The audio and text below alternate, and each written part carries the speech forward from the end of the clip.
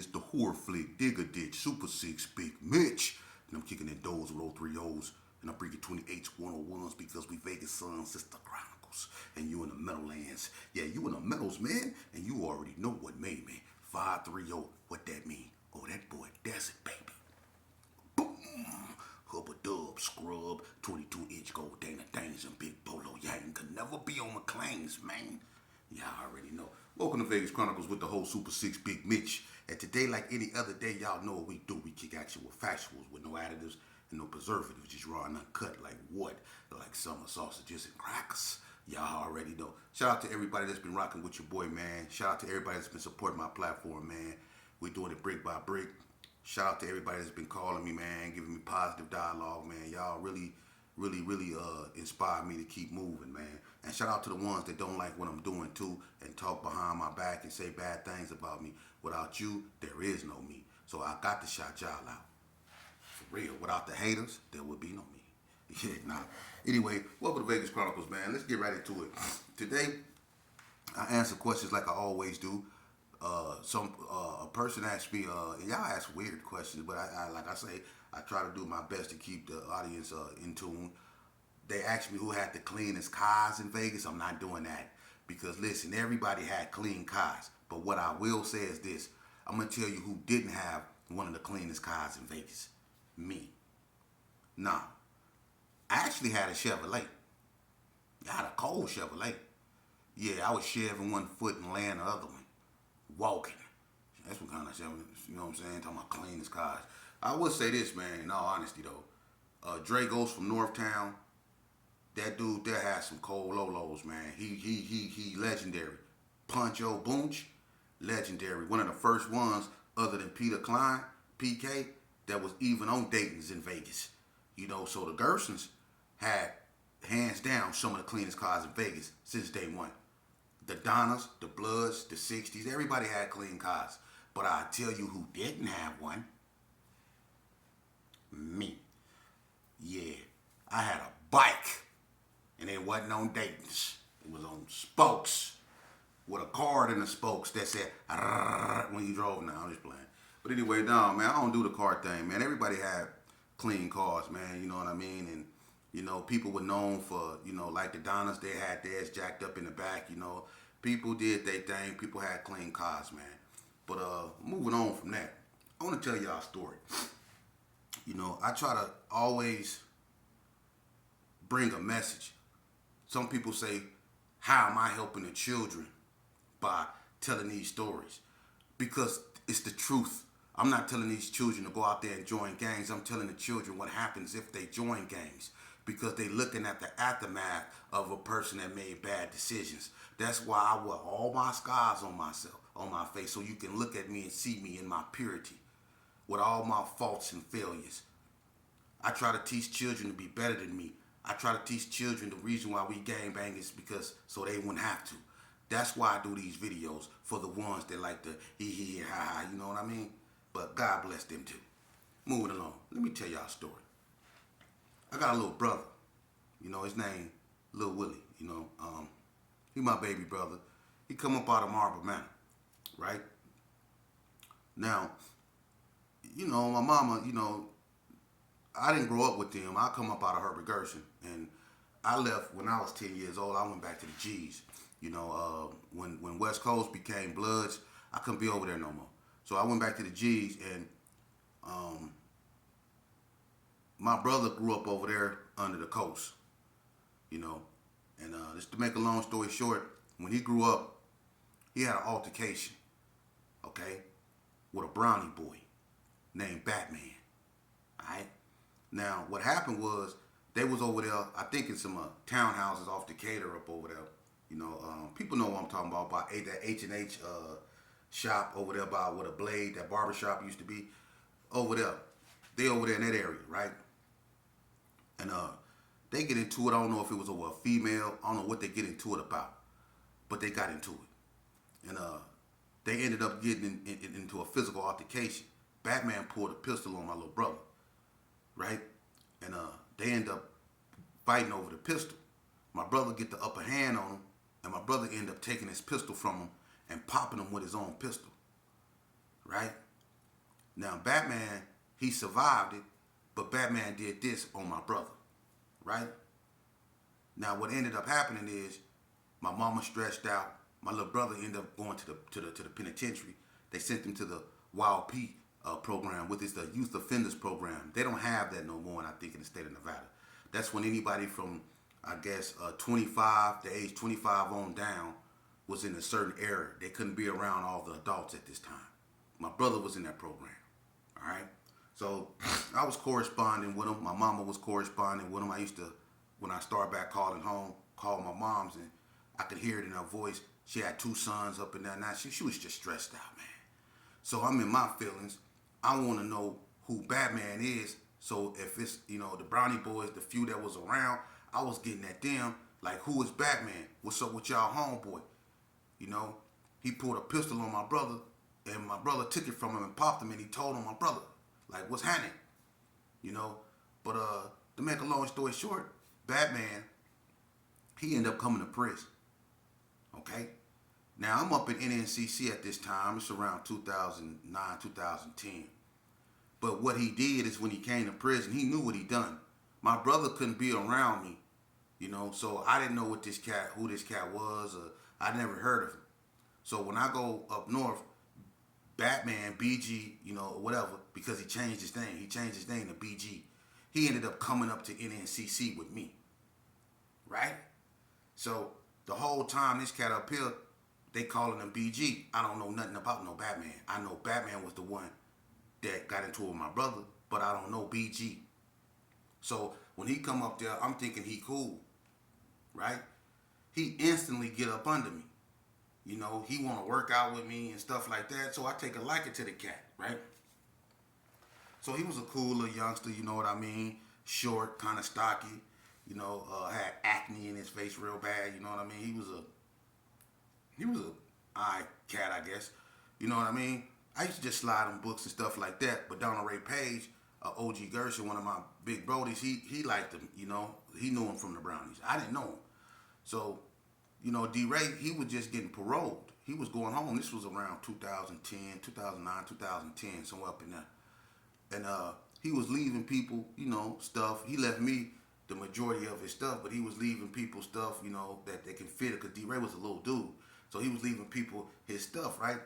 And so one morning, because D-Ray stayed in Unit 1.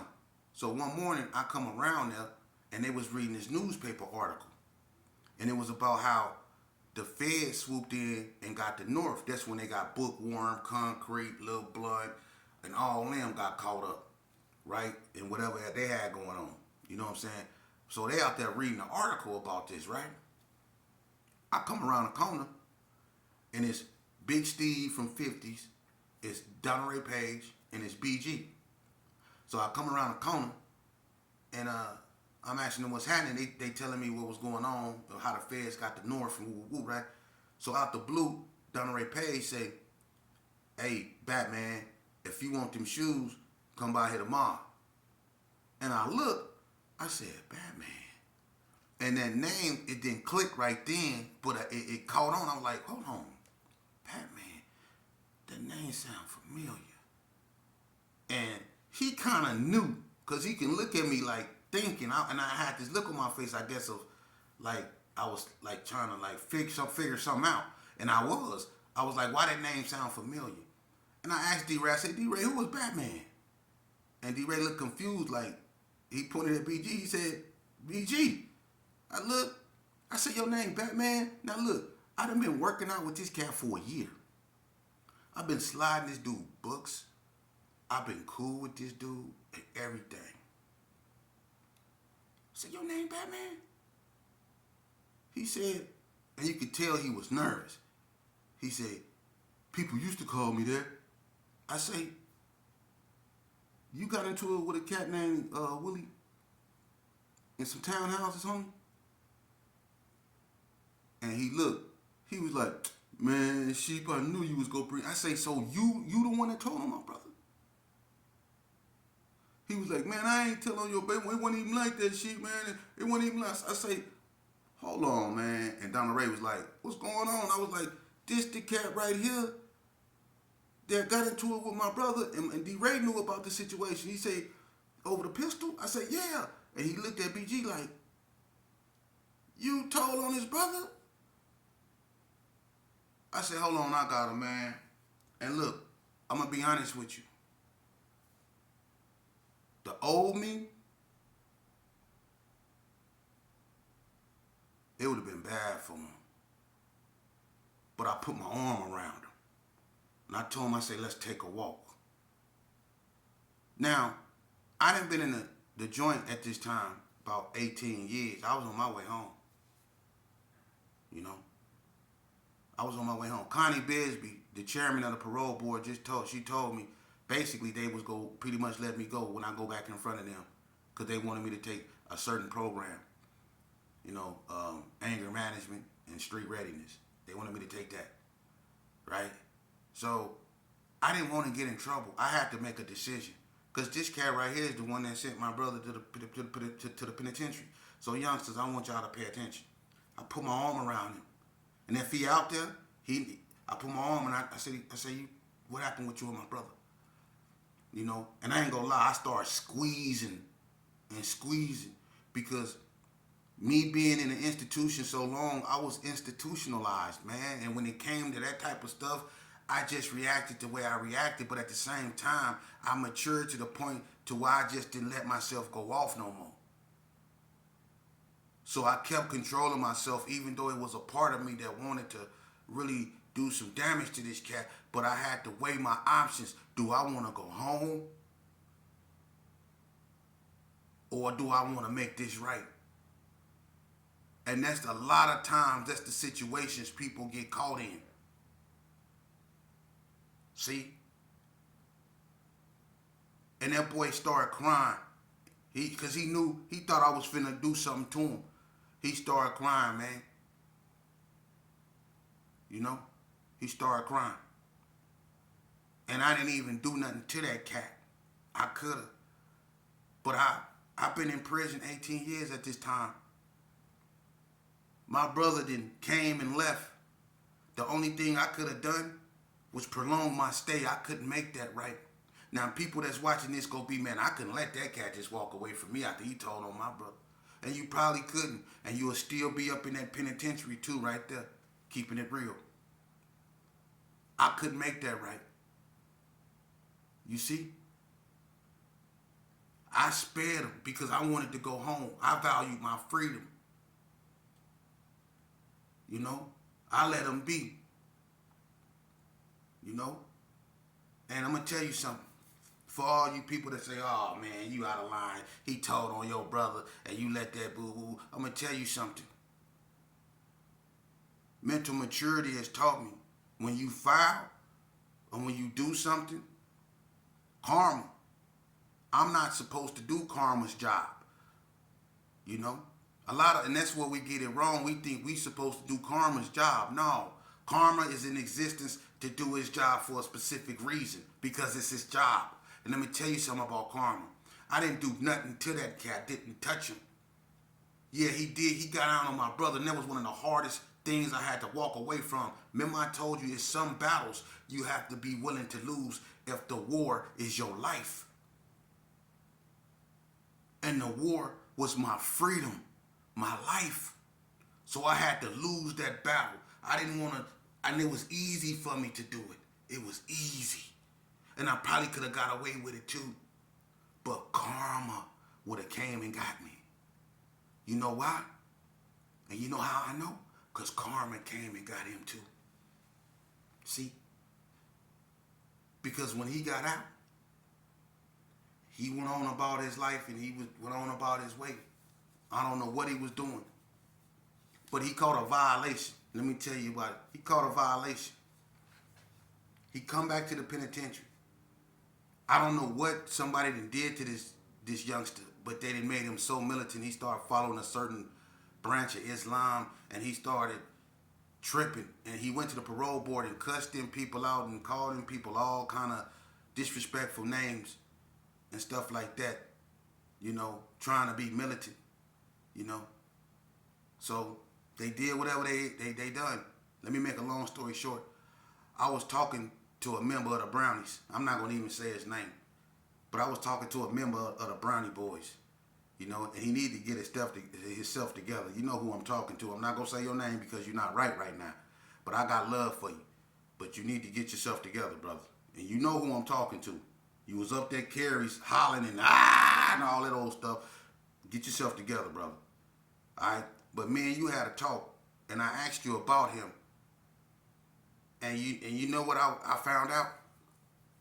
The same cat that I let go, that I didn't do nothing to. They found him up over there, I don't know, somewhere, I think of Rancho, behind Rancho. They found him somewhere up in that area. They think he got hit by a car, they don't know. But from what I heard, he's unalived. He got hit by a car and they found him over there. See?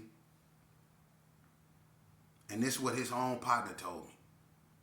You know, they found him up over there. I don't know if he was on them drugs and he got hit by a car or something, but they found him all broke up over there, man. Karma. See? That's why I do these videos, to teach you about karma. Karma is real. People don't want you to believe in karma, but karma is real.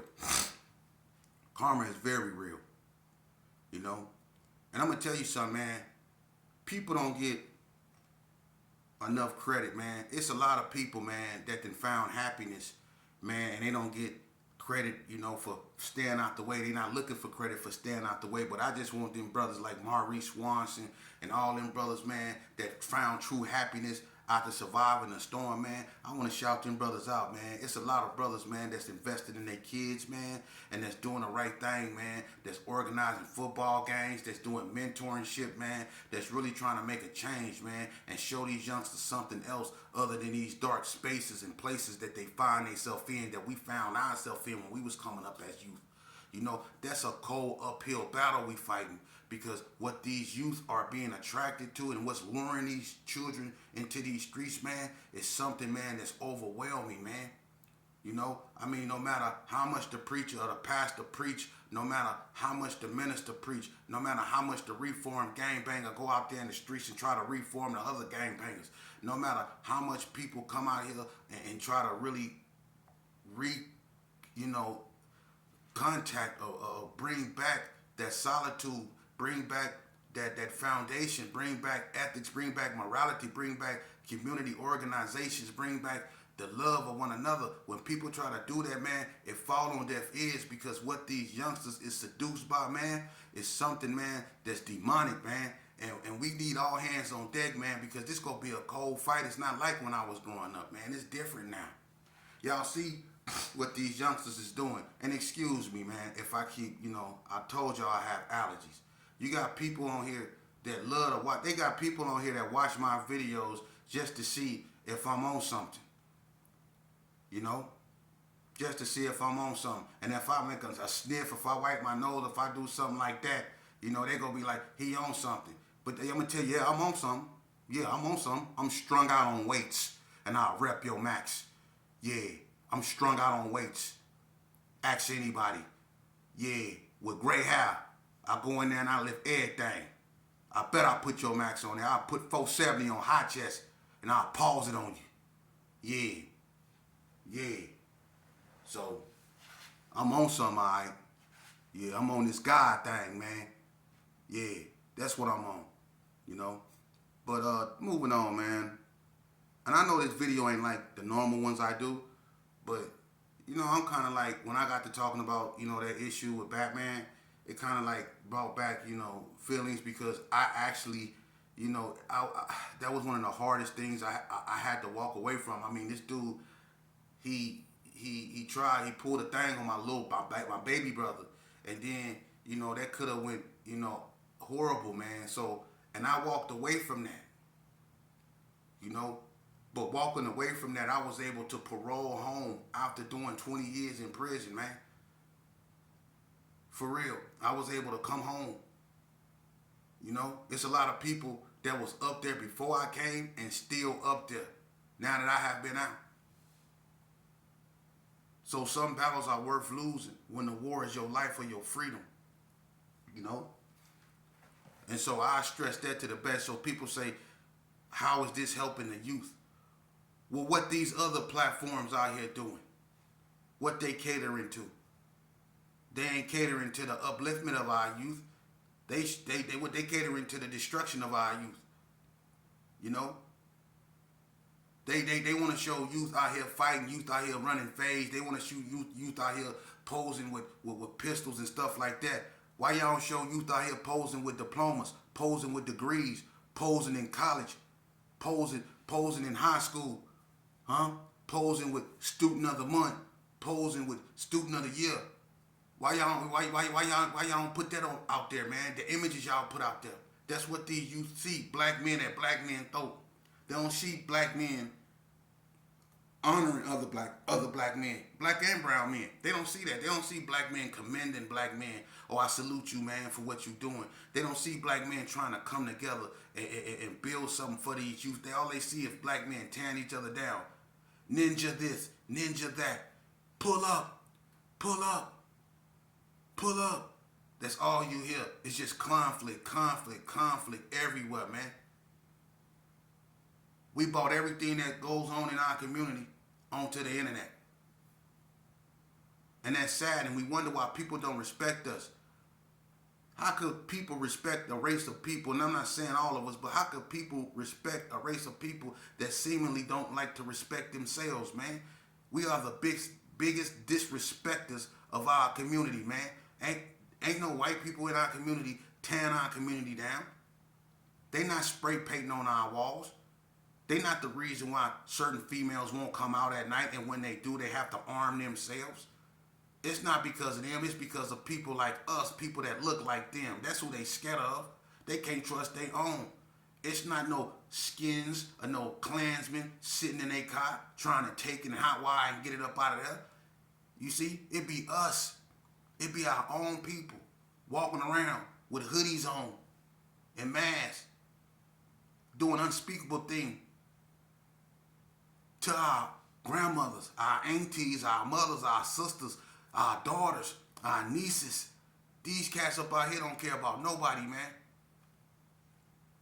So it's hard for people to sympathize with our cause when they see the destruction that we do to one another. We don't invest in one another.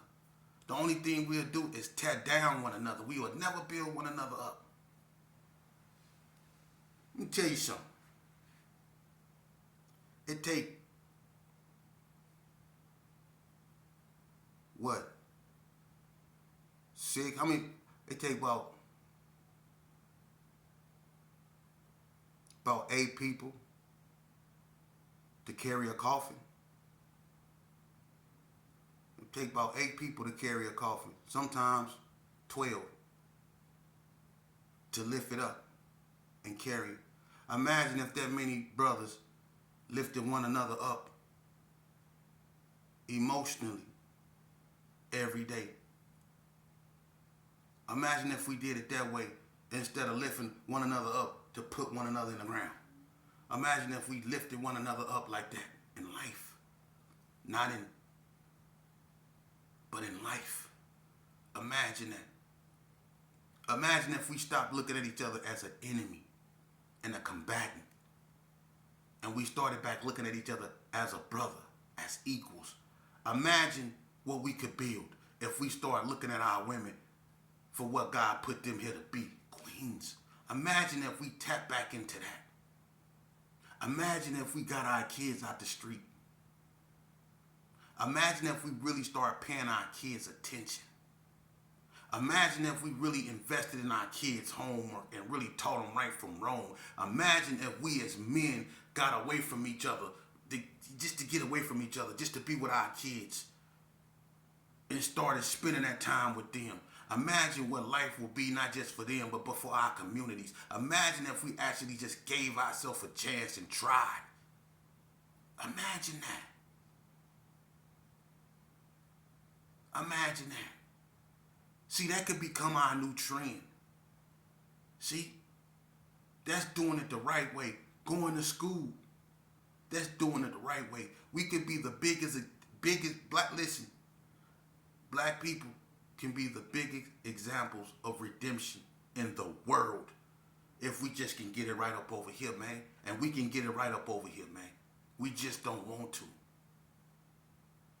And I don't know why we scared to embrace one another or embrace a new way of thinking.